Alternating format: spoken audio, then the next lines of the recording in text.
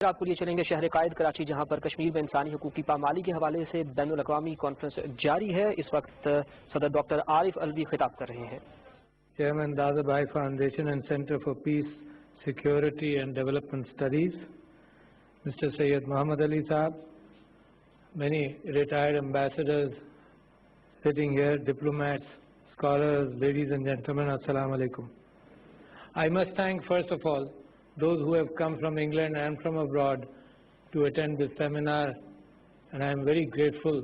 I have been an admirer of George Galloway always.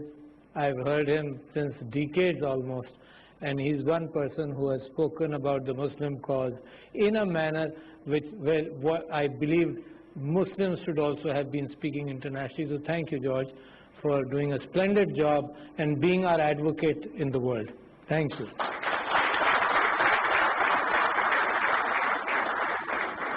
It is indeed a great pleasure to be here, to be able to say a few things. But you're very important people and scholars, let me not waste your time in repetitions.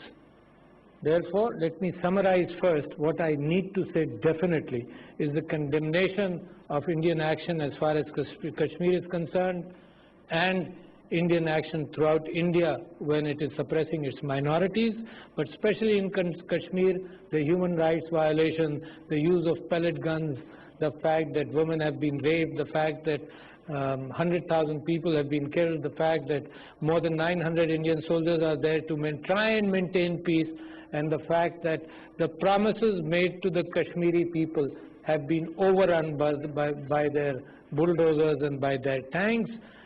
They will never be able to suppress the people of Kashmir. And let me assure the people of Kashmir from this forum and through the media that the people of Pakistan will always stand by them. Now, cutting it down to what is possible and what can be done, and projecting where these things will be going. That is a matter which you must think about and keep on talking. Firstly, Pakistan has committed to stand by the Kashmir dispute in a legal manner, in all legal forums throughout the world, morally, ethically, diplomatically, and support that cause in every which way possible. And we will continue to do so. But then we must imagine what happens and what will happen. The promise to the Kashmiri people for plebiscite was made by an organization and an institution which was a result of the world and the nation states believing that we need to govern the world in a better manner. And that was the result of the Second World War. The First World War led to the League of Nations, and the Second World War led to the United Nations. And Pakistan puts its hope in the United Nations. India went to the United Nations. The Kashmiri people were promised a plebiscite.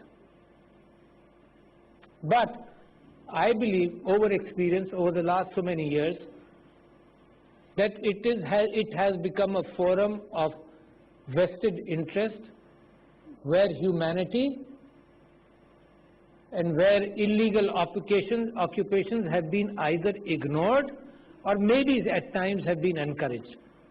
So it's a very sad reflection on the world and its promises to the people. But then I go back and I look at the fact that after the Second World War, there was a meeting of the victors in the Red Sea where spheres of influence were decided, where it was decided that the allies and the victors will be allowed to work in such and such countries and to decide whatever they want to. And the result was the division of the Sultanate Osmania, for example, the division of many places and spheres of influence where the other great powers did not interfere. And that should have raised alarm bells in my mind anyway. But then we kept on putting hope there. Kashmir issues went through vetoes from different powers, and it was never resolved. Today the issues of humanity are subservient to the levers of economy, of trade.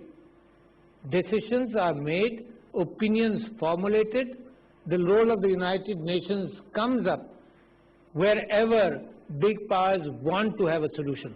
And where they don't want to have a solution, everything is ignored. So that's the suffering of our people in general. Our people, I don't mean to focus only on the Muslim world, focus on the fact that wherever people are suppressed, there is a license given to them, and which is very unfortunate. So today, the decisions are not based on principles, but are based on other factors. And we must realize that. So therefore, we will have to learn how to counter that. And that's what I mentioned when I said that I will not waste your time in the routines of what is happening, but actually trying to look into what can be done to undo that. I can cry, I can make an effort, I can give hope to myself and to the Kashmiri people. But at the same time, we must strategize, understand what the human race has been like and how does it go beyond. Wherever ethnic wars have been started or polarization has taken place, it is what I remember and what I can see, and history will support what I am saying, is a matter which takes definitely a few decades to handle. If you look at Nazi Germany, if you look at when people elevate themselves and their race, there is always loud clapping if I praise my ethnic group. People are open to that bias, and then it has its own cycle. It doesn't end fast. And we have seen this in Pakistan. So therefore, our own experiences can help us understand what is going to happen. We've seen that in our country, and that is where our reactions to Indian atrocities, our reactions to Indian attacks were very different from the Indians itself. That's where we have learned. So what did we learn, ladies and gentlemen? We learned the fact that the war on terror, or the fact that there was terror on our borders, or the fact that Afghan people were suppressed first by the Soviets, then by the Americans in their own logic, resulted in a war at our borders, and 3.5 million refugees came to Pakistan, and we succumbed to the fact that we must have a jihadi reaction to it, encouraged by vested interests throughout the world. It was more important to defeat the Soviet Union, and whatever picture you wanted to take to the world accepted that, fine. The Mujahideen were welcomed in the White House, and we got a license to fight that war, and we fought that war. And it went on for it's still going on. In fact, our Afghan brothers are in misery for this reason or that reason. But Pakistan had refugees, 3.5 million refugees. And we supported them, and they morally. Today, I am so saddened by the fact that if there is a refugee crisis in the Western world, they are raising their walls. They don't even want to accept 80 people. There is a debate going on in Europe. Which country will accept 100 people? And imagine your moral dignity which you have achieved by the fact that you gave room to 3.5 million refugees. And they were refugees, irrespective of the fact. The human misery, to see human misery and to react to that is important. So Pakistan therefore has been a leader.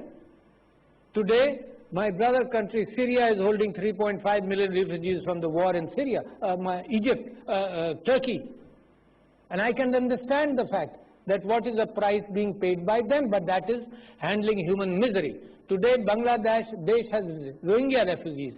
And I had a meeting with Sheikh Hasina Wajid in Baku, and I was asking her, what are the chances of these refugees going back? And she said that the chances are grim, but at least they're trying, the Bangladesh government is trying to take care of them. So when I talk about the fact that what we learned, now imagine these things can be learned by the generation itself. This lesson cannot be learned by other people, and I am surprised by that. And I have seen it within my life that this happens.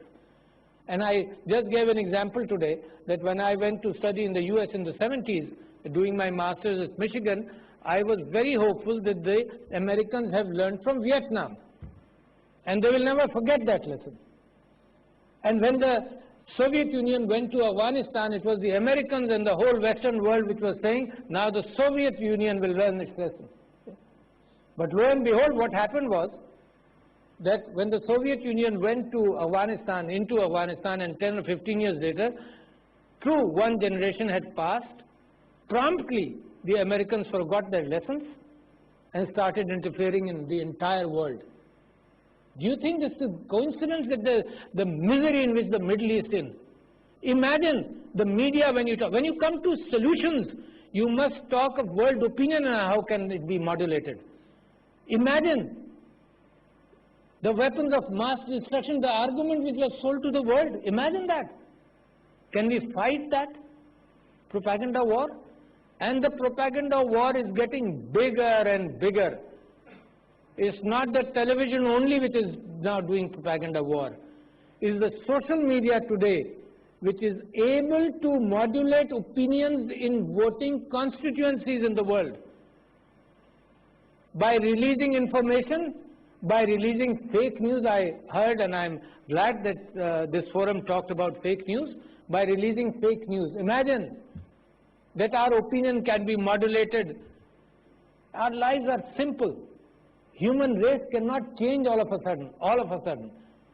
We are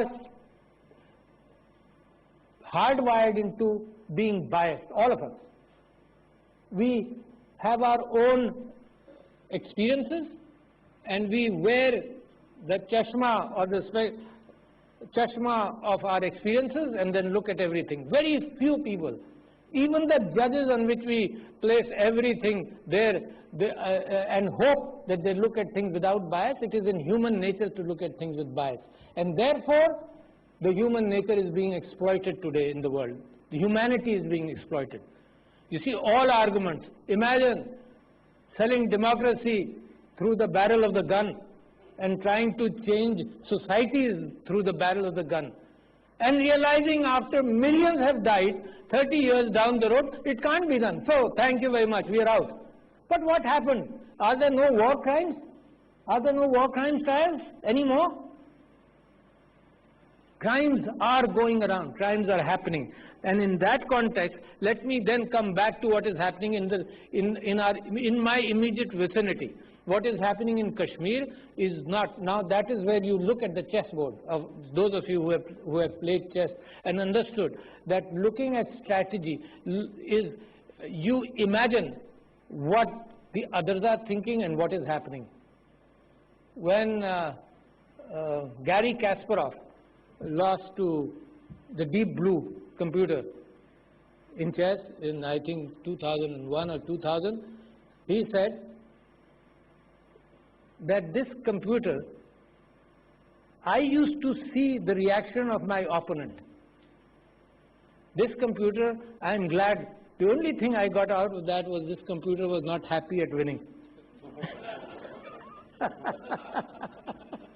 So what I am saying is that this is actually, look at it as a chessboard. What is happening in India?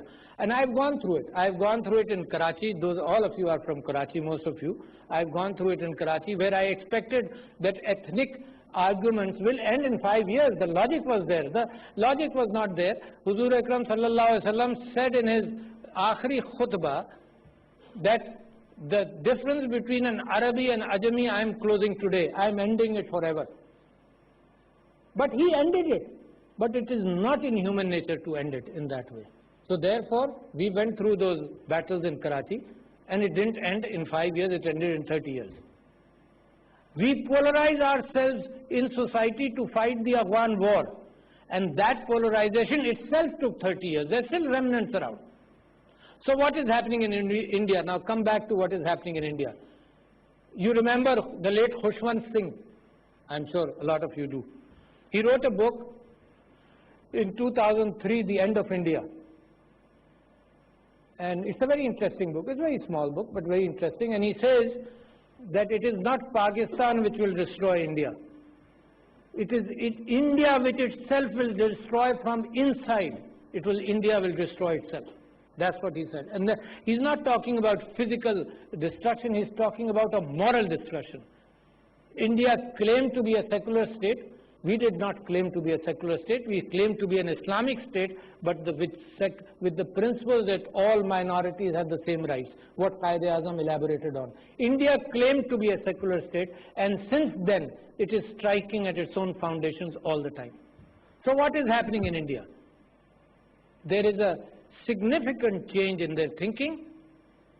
India is at war with its own history. India is at war with itself.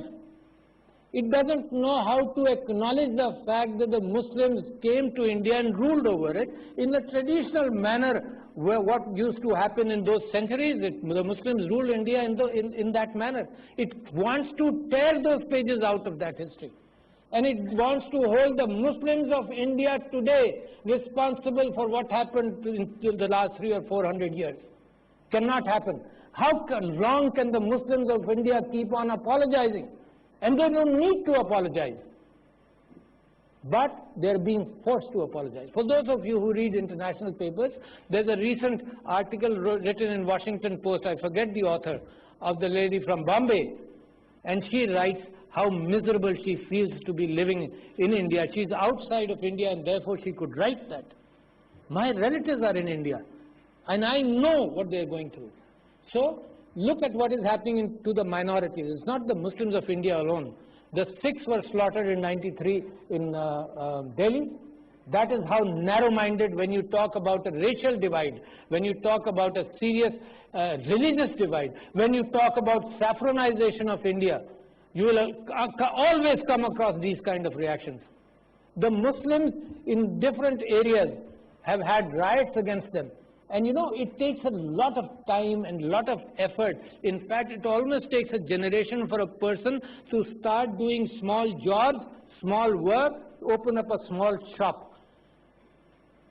And then, when it is challenged and destroyed, the entire community falls back down again. Look at the representation of the minorities in Indian assemblies, where the minorities are 13 to 14%, the representation does not exceed 2 or 3%.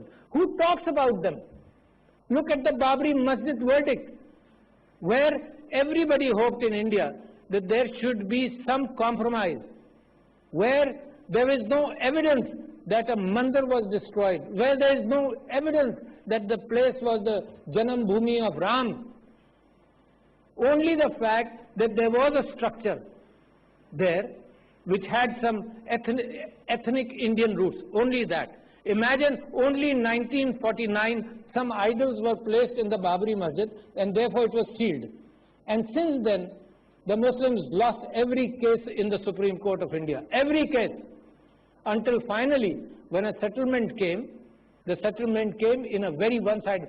The masjid was there, it was demolished, and you get to build a temple there. I'm not against any ethnicity. I believe humanity is important. But imagine the hurt of the people. So what is happening in India? I'm coming back to that again and again because Kashmir is a reflection of what is happening in India. Kashmir is a political movement of Hindutva. Kashmir is something which the polarized Hindu majority, not the Aam Hindu, but you see what happens is when you talk about racial politics, you drive with you a lot of people. Today, when Rajiv Gandhi went to Kashmir, Srinagar, not Rajiv, his son, Rahul Gandhi went to Kashmir and he made some bold statements there. As soon as he came back, within a week or two, he had to take some of the statements back. That's the pressure. People will not be allowed to speak. That is what is happening. Now, will India and Kashmir continue to take that pressure? I believe the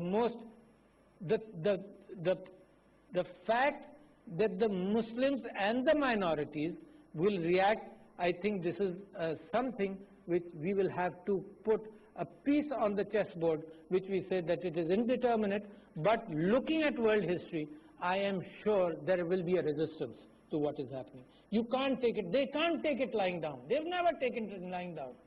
But they are forced, they're not able to talk, they're not able to express things. Whoever does is either lynched, beaten up, or forced not to say anything in India. So if you can't say it in India, that means the Indian people The innocent Indian people are dragged towards a serious polarization which is not against Pakistan. Pakistan becomes a beating boy, something to beat, but it is actually they're beating their own people, degrading them. And how long will those people continue to be degraded? I don't have any idea, but in my entire thinking, it should be a very important part. How long will the Sikhs continue to be degraded? That is going to be a part of my thinking and my future. We have to identify with the pain of those people. Coming to Kashmir, having been disappointed in international institutions, let me tell you, the way the international institutions are reacting, this may continue for another 70 years. I have no idea.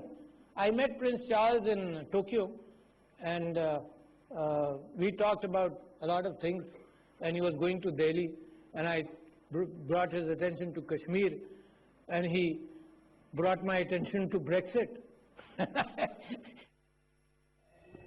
नाज़रीन, आपको बताएं कि सदर ममलिकत doctor Arif Alvi इस वक्त कराची में बैनुल अक़वामी seminar से खिताब कर रही हैं। कश्मीर में इंसानी हकूक़ की पामाली के हवाले से होने वाला ये सेमिनार इस वक्त जारी है, जिसमें सदर ममलिकत डॉक्टर आरिफ अलवी खिताब कर रही हैं। उनका कहना था कि भारतीय मुजालिम की मजम्मत करने पर मैं जॉर्ज गैलवे का शुक्रिया अदा करता हूँ। उन्होंने मुसलमानों की नुमाइंदगी पूरी दुनिया में की। कश्मीर में इंसानी हकूक़ की बदतरीन खिलाफ वर्जियाँ जारी हैं। उन्होंने कहा कि ताकत के जोर पर कश्मीरियों को दबाया जा रहा है, जबकि कश्मीर की सियासी, सिफारती और इखलाकी महाज पर पाकिस्तान हमेशा उनकी हिमायत जारी रखेगा। फिलहाल इतना ही। मज़ीद खबरों और अपडेट्स के लिए देखते रहिए पाकिस्तान टेलीविजन न्यूज़।